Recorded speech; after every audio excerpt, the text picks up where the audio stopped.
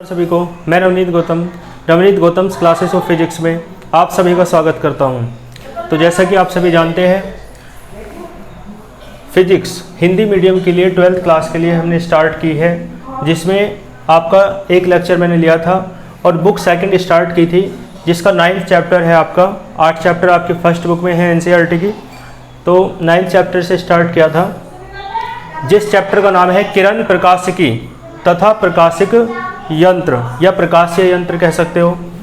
और इसमें मैंने आपको एक टॉपिक पढ़ाया था जिसका नाम था प्रकाश का परावर्तन, जो आप 10th क्लास में भी पढ़ चुके हैं, यानी रिफ्लेक्शन ऑफ लाइट।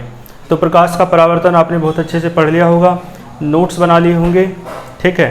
आइए प्रकाश के परावर्तन से संबंधित कुछ और बातों का अध्ययन करते हैं, जिसके अंतर्गत आप नेक्स्ट हेडिंग लिखें।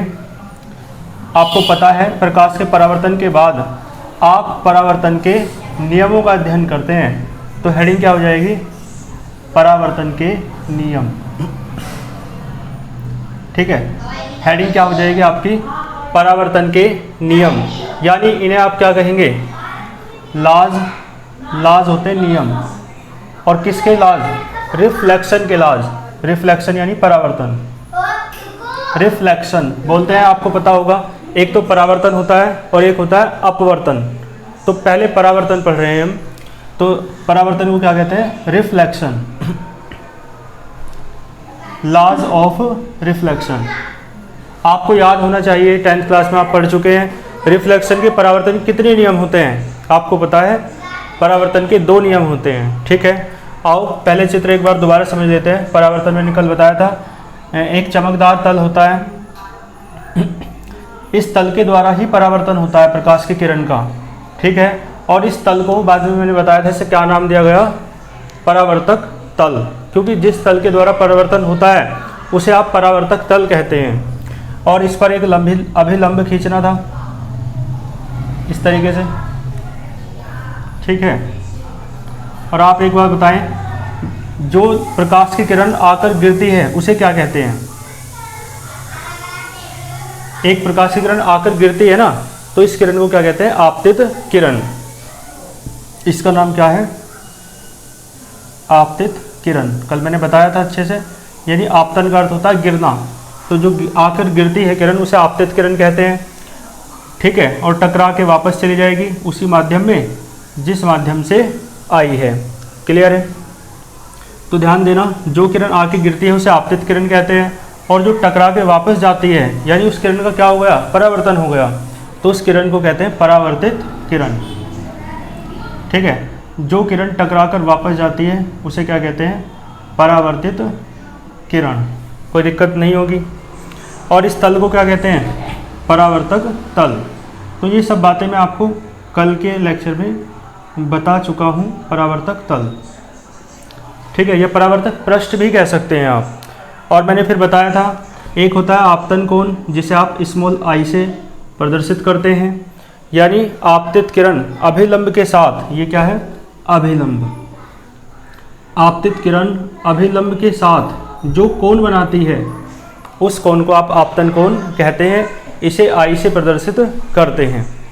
और बताओ, परावर्तित किरण अभिलंब के साथ जो कोण बनाती है उसे परावर्तन कोण कहते हैं, इसे स्मॉल आर से प्रदर्शित करते हैं। सारी बातें कल के लेक्चर की हैं, जो मैंने आपको एक बार रिवाइज करा दी, और इसका यूज पड़ेगा जब आप पढ़ेंगे परावर्तन के नियम, तो इस चित्र का उपयोग होगा, है ना। तो पहला नियम क्या है, आइए देख लेते हैं। देखो पहला नियम ये है, आप एक बात देखें, ये आपतित किरण आपको दिख रही है, ये अभिलंब भी दिख रहा है, और ये परावर्तित किरण भी दिख रही है। तो तीनों एक सीध में है या नहीं? यानी एक ही तल में है। जो व्हाइट बोर्ड का आपका तल है ना, ये प्लेन, ये जो पृष्ठ है, इसी तल में तो है। आपतित किरण कोई बाहर निकली हुई नहीं है, है ना। और जो अभिलंब है वो भी ऐसा ही है सीधा, आपतित किरण भी इसी तल में है, यानी इसी तल में है ना, इसी सरफेस में। तो कहने का अर्थ ये हुआ कि आपतित किरण, अभिलंब तथा परावर्तित किरण तीनों कहाँ होते हैं? तीनों एक ही पृष्ठ पर या एक ही तल में होते हैं, ठीक है। तो पहला नियम क्या है? आपतित किरण, अभिलंब तथा परावर्तित किरण तीनों एक ही तल में होते हैं। ये आपका क्या था? फर्स्ट लॉ था, पहला नियम था परावर्तन का, जिसे आप पढ़ चुके हैं 10th क्लास में भी। अब आपके है ना रिवाइज हो गया होगा। ठीक है, तो बात समझ में आई। आपतित किरण, अभिलंब तथा परावर्तित किरण तीनों एक ही तल में होते हैं। ये आपका पहला नियम था। और देखो ध्यान देना, एक नियम ये है कि ये जो दोनों कोण होते हैं ये कैसे होते हैं, बराबर होते हैं। यानी आपतन कोण आई होता है ना, आपतन कोण कौन सा होता है, आई, ये कोण का निशान है और ये भी कोण का निशान है। तो दोनों कोण कैसे होते हैं, बराबर होते हैं। क्लियर है। तो इसका मतलब है आपतन कोण का जो मान है ना वो किसके बराबर होता है, परावर्तन कोण के बराबर होता है। ठीक है, दूसरा नियम क्या हुआ, आपतन कोण का मान परावर्तन कोण के बराबर होता है। क्लियर है। तो ये आपके दोनों परावर्तन के नियम हैं। तो मैंने लैंग्वेज बोल दी है पहले की, लिखेंगे आप, दूसरे की लैंग्वेज बोल दी है, लिखेंगे, अर्थात करके ये लिखेंगे, बॉक्स बंद करेंगे और फिर ये चित्र बनाएंगे। ठीक है, कोई दिक्कत आपको नहीं होगी। आइए चलते हैं फिर नेक्स्ट टॉपिक पर। यहाँ तक नोट करें आप। ठीक है, चलो तो यहाँ तक आप नोट कर लो अपने हिसाब से। आओ इसके बाद हेडिंग डालो। आपने एक दर्पण पढ़ा है, दर्पण। अब दर्पण को पढ़ेंगे और दर्पण में भी आप गोलीय दर्पण पढ़ेंगे, है ना। तो सबसे पहले आप दर्पण देख लो क्या होता है। हेडिंग क्या है, दर्पण। और दर्पण में भी, दर्पण आपकी सिलेबस में नहीं है। सिलेबस में कौन है, दर्पण तो आप जानते हो, इसे मिरर कहते हैं इंग्लिश में, है ना। लेकिन आपको पढ़ना क्या है, गोलीय दर्पण, गोलीय दर्पण, है ना। यानी क्या कहेंगे, गोलीय को स्फेरिकल कहते हैं, स्फेरिकल। और दर्पण को क्या कहते हैं, मिरर, यानी जिसे आप सामान्य भाषा में शीशा कहते हैं। ठीक है, वो वास्तव में क्या है, दर्पण है, स्फेरिकल मिरर यानी गोलीय दर्पण। ठीक है, जो घरों में होता है वो तो समतल दर्पण होता है, लेकिन कौन सा दर्पण है, गोलीय दर्पण। गोलीय दर्पण देखो क्या है, गोलीय शब्द एक गोले से बना है। ठीक है, गोलीय शब्द कहाँ से बना है, गोले से। तो ये गोला है। ठीक है जी। अब देखो ये गोला जो होता है ना, मैं आपको बता दूं, ये कांच का होता है गोला, कांच का खोखला गोला। ठीक है, एक कांच का खोखला गोला लेते हैं और उसे काट दिया जाता है। इस तरीके से काट लो, इतना इतना काट के अलग कर दिया। ठीक है, चाहे तो आप इस साइड से काट सकते हो, है ना, इस साइड से काट दो चाहे आप। क्लियर है। तो ये कांच का गोला होता है जिसे काट दिया जाता है। तो काट करके क्या होगा, दर्पण बन जाएगा। थोड़ा सा आगे से काटो, है ना, दोनों बराबर लगनी चाहिए ना। और बीच में क्या होता है, केंद्र होता है, आपको पता है। तो एक कांच का खोखला गोला होता है जिसे काट दिया जाता है। तो इतना काट के अलग कर दिया, इतना काट के अलग कर दिया, तो ये तो अलग कर लिया, है ना। बीच का पार्ट जो है ये किसी काम का नहीं है, तो इसे मैं डॉटेड करके बना रहा हूँ। ठीक है, तो कांच का एक खोखला गोला है, उसे काट दिया जाता है। तो अब देखो ध्यान देना, काट के जो बनेगा ये वाला ऐसे बन जाएगा। ठीक है, और ये वाला जो है अलग करके ऐसे आ जाएगा, यही तो बनेगा। लेकिन अब करते क्या है, इसके दो भाग हैं, दिख रहा है ना आपको। ठीक है जी, इसके दो भाग हैं, एक तो इधर वाला है, एक इधर वाला है। यानी इस दर्पण में आप देखेंगे तो दो भाग हैं, तो है ना, इसमें देखेंगे आप दो भाग हैं। तो दोनों में से किसी एक भाग पर तो कली करके, है ना, पेंट कर दिया जाता है। पेंट जो है, पेंट करने से क्या हो जाता है, यानी जो दर्पण है वो एक तरफ से कैसा हो जाएगा, पेंटेड हो जाएगा, यानी उस पर पेंट कर दिया जाता है। तो दूसरी तरफ से उसका जो तल है वो चमकदार हो जाता है। ठीक है ना, तो चमकदार तल बन जाता है, जिसके कारण चमकदार तल में आपको जानते हैं क्या होता है, परावर्तन होता है। तो है ना, मैंने पढ़ाया था परावर्तन, प्रकाश की जब, है ना, जब प्रकाश की कोई किरण किसी चमकदार तल से टकराकर वापस उसी माध्यम में लौट जाती है, तो इस घटना को प्रकाश का परावर्तन कहते हैं। तो ये जो कांच का खोखला गोला था, इसके कटा हुआ भाग काट लिए ना, भाग काटने के बाद उसके एक सिरे को क्या कर दिया, पेंटेड कर दिया। और दूसरा सिरा अपने आप ही, जब एक सिरे को पेंट करेंगे तो दूसरा सिरा अपने आप ही परावर्तक हो जाता है। परावर्तक यानी परावर्तन करने वाला, यानी चमकदार बन जाता है। ठीक है, तो मान लो देखो इसके इस सिरे को पेंट कर दिया, अंदर वाले सिरे को पेंट कर दिया और मान लो इसके बाहर वाले को कर दिया।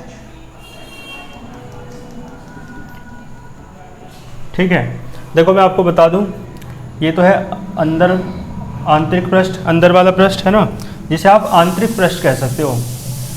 क्या कहेंगे? आंतरिक पृष्ठ।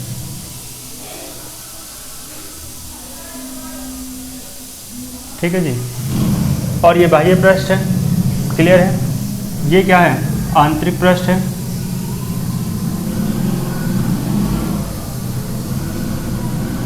और ये क्या है? बाह्य पृष्ठ है।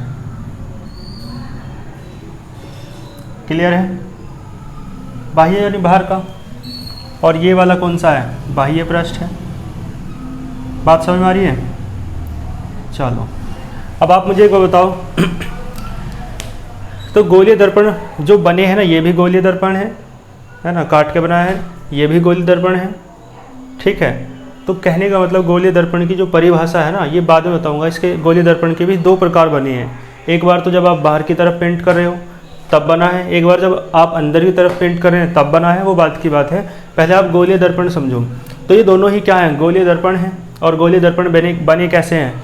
यानी कहने का अर्थ ये है कि गोलीय दर्पण कांच के एक खोखले गोले का कटा हुआ भाग होता है, जिसके एक सिरे को पेंट कर दिया जाता है तो दूसरा सिरा चमकदार या परावर्तक बन जाता है। ठीक है, तो इस प्रकार जो दर्पण बनता है उसे क्या कहते हैं? गोलीय दर्पण कहते हैं। फिर आप नेक्स्ट लाइन से लिखेंगे, गोलीय दर्पण भी दो प्रकार का होता है। आपको पता है बहुत अच्छे से, एक तो अवतल दर्पण होता है, एक उत्तल दर्पण होता है ना, पढ़ा है ना 10th क्लास में। ठीक है, एक अवतल एक उत्तल, या एक उत्तल दूसरा अवतल, कैसी पॉइंट तो कैसे भी कर सकते हो। तो मैं आपको बता दूं ये कौन सा है, आपको पहचान ना हो अभी या भूल गए हो तो क्या है? ये उत्तल दर्पण है। तो ध्यान देना, उत्तल, तो उत्तल का अर्थ है एक तरीके से यदि आप याद रखने के लिए केवल है ना, उत्तल का अर्थ उभरा हुआ। उत्तल का अर्थ क्या है? उभरा हुआ। तो उत्तल में उभरा हुआ जो पृष्ठ है ना, वो कैसा होता है? देखो चित्र में देखो, उभरा हुआ पृष्ठ कैसा है? ये वाला पृष्ठ परावर्तक है। परावर्तक यानी यहाँ से है ना, पेंट तो दूसरी तरफ का रखा है ना अंदर की तरफ, तो जहाँ पेंट करते हैं उससे दूसरे वाले जो पृष्ठ है वो हो जाता है परावर्तक। तो उत्तल दर्पण का अर्थ है कि उभरा हुआ पृष्ठ कैसा होगा? परावर्तक। तो ये आपका उत्तल दर्पण बन गया। और अवतल, यह है अवतल। अवतल का अर्थ होता है दबा हुआ। ठीक है, ये दर्पण कौन सा है? अवतल दर्पण। तो अवतल का अर्थ क्या होता है? दबा हुआ। ठीक है, दबा हुआ क्या? पृष्ठ। तो दबा हुआ पृष्ठ इसमें कैसा होता है? परावर्तक होता है। क्लियर है? तो देखो नेक्स्ट लाइन से आपको लिखना था कि गोलीय दर्पण भी दो प्रकार के होते हैं। नंबर फर्स्ट आप हेडिंग डालें उत्तल दर्पण, और उसमें आप क्या लिखेंगे? है ना, देखो आप खुद समझ गए अब, है ना। तो इसलिए मैं कहता हूँ चीज़ों को आपको याद नहीं करना, समझना है। अब आप खुद समझ गए कि ऐसा दर्पण या ऐसा गोलीय दर्पण जिसका उभरा हुआ पृष्ठ परावर्तक होता है, ठीक है, क्या कहलाता है? उत्तल दर्पण कहलाता है। फिर आप ये चित्र बना देंगे। क्लियर है? और यहाँ पे आप लिख सकते हो पेंटेड। आंतरिक पृष्ठ कैसा है? पेंटेड है ना। और यहाँ पे बाह्य पृष्ठ पेंटेड है